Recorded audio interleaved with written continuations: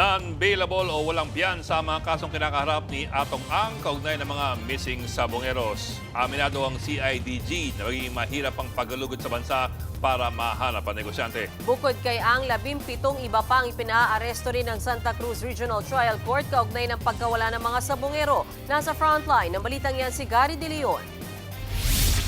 Walang inirekomenda na piyansa ang Branch 26 ng Santa Cruz Regional Trial Court sa Laguna para sa kasong kidnapping with homicide laban kay Atong Ang at iba pang individual. Kaugnay ito ng pagkawala ng 34 na sabongero mula 2021 hanggang 2022.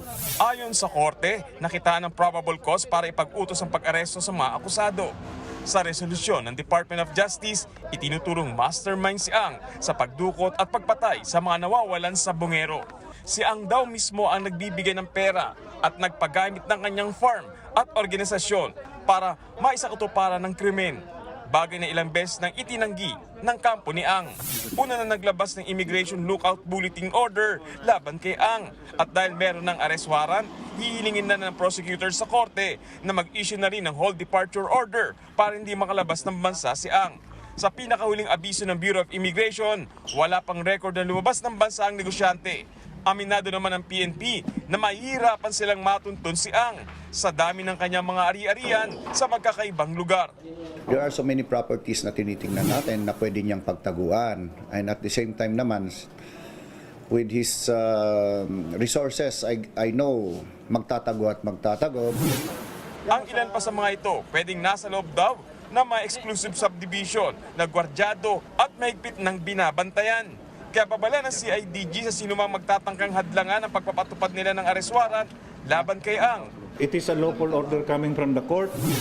Mga security guard po sa subdivision and doon sa bahay, anybody who will prevent us, we will be arresting you for obstruction of justice. Bukod kay Ang, 17 iba pang pinaaresto rin ng korte kaugnay ng missing sabongeros case. Kabilang ang 7 sibilyang naaresto ngayong araw, habang una nang naaresto ang 10 pulis na sangkot sa krimen. Some of them are security, some of them are employees nung, yung sabungan. Sa uli, may apela si CIDG Director Robert Morico kay Atong Ang. I ask Mr. Atong Ang to peacefully surrender na lang. Nagbabalita mula sa frontline, Gary De Leon, News 5. Mga kapatid, Ed Lingaw po, maging maalam at may pakialam sa mga napapanahong balita sa ating bansa. Para sa mas malilimang pagtalakay at paghimay sa mga issue at headlines, mag-follow at mag-subscribe sa social media pages ng News 5.